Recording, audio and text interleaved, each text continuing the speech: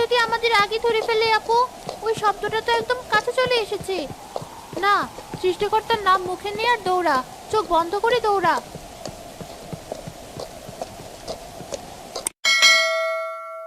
ভাবছি দরজা খুলতে মানা করছো কেন? দাদি কি বলে গিয়েছিল মনে নেই? 3বার টোকা দেবে। এখানে তো 1বার টোকা পড়েছে। হয়তো ঝড়ের শব্দে আমরা তাকে দুটো শুনতে পাইনি। আর গলাটা তো একদম দাদির মতো। আমার কেমন যেন অন্যরকম লাগছে। গলার স্বরটা একটু বেশি ফ্যাসফ্যাসে, তাই না? কি হলো, কথা বলছিস না কেন? তাড়াতাড়ি খোল, আমার হাত পা জমে যাচ্ছে। দাদি, তুমি এত তাড়াতাড়ি চলে এলে? হ্যাঁ দাদু ভাই, দোকান খোলা পেয়ে দৌড় দিয়েছি, কিন্তু পথে যা ঝড়। তাড়াতাড়ি খোল এখন। আমার ওষুধের শিশিটার তেলের বোতলটা এনেছো তো? এনেছি এনেছি, সব আমার কাপড়ের পুটলিতে বাঁধা। আগে ঘরে তো ঢুকতে দে, তারপর সব দিচ্ছি। সারা, চুপ করে থাক। এটা কিছুতেই দাদি হতে পারে না। কেন আপু, তুমি কিভাবে বুঝলে? দাদি পুটলি নেয়নি, হাতে ব্যাগ নিয়ে গেছে। আর দাদি কখনো আমাকে দাদু ভাই বলে ডাকে না, সাবা বলেই ডাকে। কি রে, তোরা এত কানাকানি কি করছিস? দরজা খুলবে কিনা বল, আমার কিন্তু রাগ হচ্ছে। না, আমরা এখন দরজা খুলতে পারবো না। কেন পারবি না? আমি তোদের দাদি, আমার কথা শুনবি না? তুমি যদি আমার দাদি হও, তাহলে বলো তো আজ দুপুরে আমরা কি দিয়ে ভাত খেয়েছিলাম? বাইরে থেকে কোনো আওয়াজ আসে না, সবকিছু নীরব হয়ে আছে। এত চালাকি, এত প্রশ্ন! দরজা খোল বলছি, নইলে আমি দরজা ভেঙে ফেলবো। সাতজনই রাগে দরজা চাপাতে লাগলো। আপু, ও তো সত্যি সত্যি দরজা ভেঙে ফেলবে। এখন কি হবে? কাঁদিস না সারা, মাথা ঠান্ডা রাখ। আমাদের অন্য পথ ভাবতে হবে। কে তুমি? আমি জানি তুমি আমাদের দাদি নও। তুমি ওই তেঁতুল গাছের পেতনি। তাহলে চিনে ফেলেছিস? বুদ্ধি তো কম নয় দেখছি। হ্যাঁ, আমি শাকচুন্নি। আজ তোদের নরম ঘাড়ের রক্ত খাবো আমি। খোল দরজা। আমরা মরে গেলেও দরজা খুলবো না। খুলবি না? কতক্ষণ থাকবি ওই ভাঙা ঘরে? আমি ওই দরজার সামনেই বসে থাকলাম। সকাল পর্যন্ত তোদের পাহারা দিব। খিদে পেলে তো বের হতেই হবে। সারা, পিছনের ঘরের ওই ভাঙা জানালাটার কথা মনে আছে তোর? হ্যাঁ আপু, ওটা তো নড়বড়ে হয়ে গেছে। ঠিক, আমরা ওদিক দিয়েই পালাবো। আমি ওকে ভুলিয়ে রাখছি। তুই চুপচাপ পেছনের ঘরে গিয়ে জানালাটা খোলার চেষ্টা করবি। একদম শব্দ করবি না। কিন্তু যদিও টের পেয়ে যায়? পাবি না। যা বলছি তাই কর। আমাদের হাতে সময় খুব কম। শোনো শাকচুন্নি, আমরা দরজা খুলতে পারি একটা শর্তে। শর্ত? মানুষের বাচ্চা হয়ে আমার সাথে শর্ত? বল কি শর্ত? আমাদের খুব খিদে পেয়েছে, ঘরে চাল ভাজা আছে। আমরা পেট ভরে চাল ভাজা খাবো। তারপর তুমি যা বলবে তাই শুনবো। বেশ, খা তোরা, যত পারিস খেয়ে নে। খাওয়ার পরই তো তোদের ঘাড়টা আমি মটকাবো। আপু, জানালাটা খুলে ফেলেছি। বাইরে অন্ধকার, কিন্তু মনে হচ্ছে কেউ নেই। খুব ভালো। এবার শোন, আমি আগে নামবো, তারপর তোকে হাত ধরে নামাবো। কোনো শব্দ যেন না হয়। আমাদের চাল ভাজা খাওয়া প্রায় শেষ। এবার একটু জল খাবো, তারপরে দরজা খুলছি।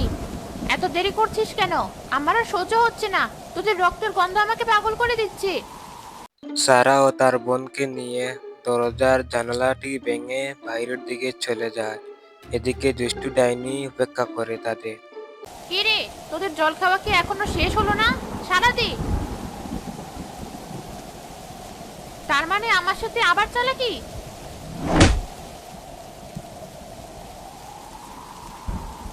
না, আমাকে ফাঁকি দিয়ে তোরা পালাতে পারবি না। আমি তোদের গন্ধ চিনি। যেখানেই যাস আমি খুঁজে বের করবই। সারার পিছনে পিছনে ডাইনি দৌড়াচ্ছে।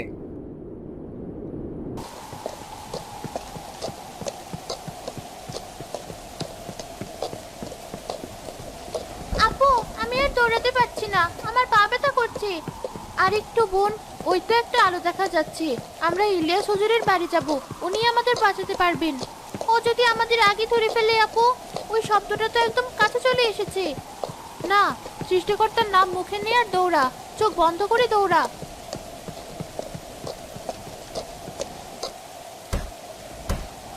হুজুর, দরজা খুলুন, দয়া করে দরজা খুলুন, আমাদের বাঁচান। কে কে এত রাতে?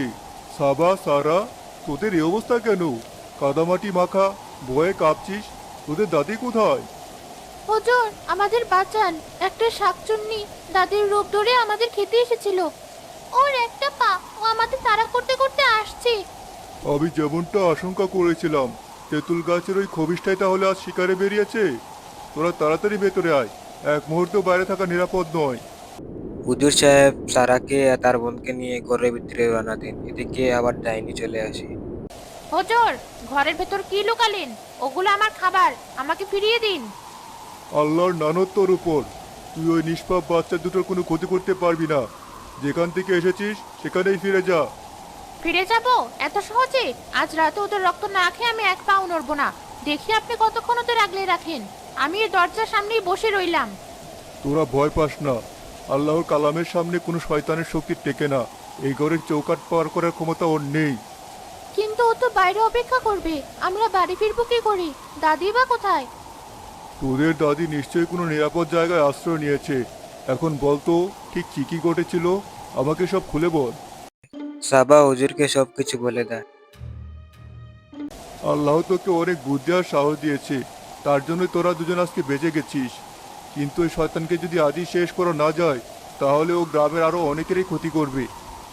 ওকে কি শেষ করা যাবে হুজুর? সব কিছুরই শেষ আছে। আল্লাহর কালামের চেয়ে বড় কোনো অস্ত্র পৃথিবীতে নেই। আমি কিছু জল পড়া তৈরি করব। সেই পড়া জলই ওই খবিশটার বিনাশ ঘটাবে। কিন্তু ও তো ঘরের বাইরে, ওর গায়ে জলটা আমরা দেবো কি করে? তার জন্য একটা ফাঁদ পাততে হবে, আর সেই ফাঁদটা তোদের বাড়িতেই পাততে হবে, কারণ ও তোদের খুঁজতে আবার ওখানে যাবে। আবার ওখানে যেতে হবে? আমার খুব ভয় করছে। চুপ কর সারা, ভয় পেলে চলবে না। হুজুর আমরা রাজি, বলুন কি করতে হবে? ওই শয়তানটাকে আমরা শেষ করতে চাই। এই তো সাহসী মেয়ের মতো কথা। ইমান আর সাহস যদি একসাথে থাকে, তাহলে কোনো শয়তানি শক্তি টিকতে পারে না। আমি জলপড়া তৈরি করছি, তারপর আমরা বের হব। আল্লাহ আমাদের সহায় হবেন। ডাইনিটাকে মারার জন্য হুজুর একটি পাতিল নিয়ে চলে আসে। খুব সাবধানে পা ফেলবি। ওই শয়তানটা আশেপাশে কোথাও ওত পেতে থাকতে পারে। আমাদের উপস্থিতি টের পেলে সব পরিকল্পনা নষ্ট হয়ে যাবে। হুজুর আমাদের বাড়ির উঠোনে একটা পুরনো শুকনো কুয়ো আছে, ওটার উপর যদি আমরা ফাঁদটা পাতি। এটা তো খুব ভালো বুদ্ধি। ওটা বেশ গভীর, একবার পড়লে আর ওঠার কোনো পথ থাকবে না। চল ওখানেই যাই। সারা, তুই আর সাবা মিলে কিছু শুকনো পাতা আর চিকন ডালপাতা জোগাড় করে নিয়ে আয়। কুয়োর মুখটা এমনভাবে ডাকতে হবে যেন উপরে মাটি আছে বলে মনে হয়। দুই বোন হুকুম মতো সবকিছু জোগাড় করে।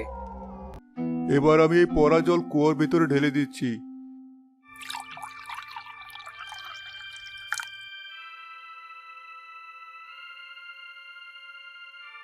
আমাদের ফাঁদ তৈরি, এখন শুধু শিকারকে টেনে আনার পালা।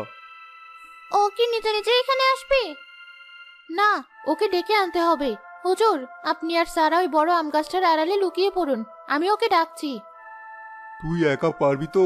ভয় পাবি না তো? ভয়কে আর জয় করতেই হবে হুজুর, আপনি শুধু খেয়াল রাখবেন। হুজুর সাহেব সারাকে নিয়ে গাছতলায় চলে যান। এদিকে সাবা পাতের কাছে বাঁচাও বাঁচাও বলে। বাঁচাও, বাঁচাও আমাকে, আমি একা, আমার খুব ভয় করছে। দাদি তুমি কোথায়? কাঁদছিস কেন? তোর দাদিকে খুঁজছিস? সে আর কোনোদিন ফিরবে না। হঠাৎ সাবা দেখতে পায় ডাইনিটা চলে এসেছে। তুই তুই আবার এসেছিস? আমার থেকে দূরে থাক। দূরে থাকবো? আজ তোকে আমার হাত থেকে কেউ বাঁচাতে পারবে না। তোর নরম শরীরটা আজ আমি ছিঁড়ে খাবো। আমার কাছে আসবি না, আমি চিৎকার করব। কর চিৎকার, যত খুশি কর। এই ঝড় বৃষ্টির রাতে তোর চিৎকার শোনার মতো কেউ নেই। না, আমার কাছে আসিস না। আজ তোকে কে বাঁচায় আমি দেখবো।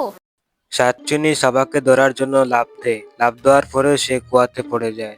সেই কুয়াতে পড়ে সে লাফতে লাগলো, উঠতে লাগলো। সে হঠাৎ নিচে চলে যায়। নিচে যাওয়ার পর কিছুক্ষণ পর ধোঁয়া উঠতে লাগলো, সে মরতে লাগলো। চলে গেল, আমার সারা শরীর পুড়ে যাচ্ছে। এটা কি? এটা সাধারণ জল নয়, আমাকে বাঁচাও, বের কর আমাকে এখান থেকে।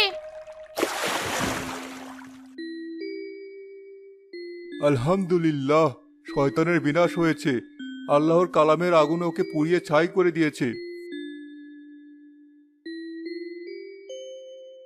সাবা, সারা, তোরা কোথায়? তোরা ঠিক আছিস তো? দাদি,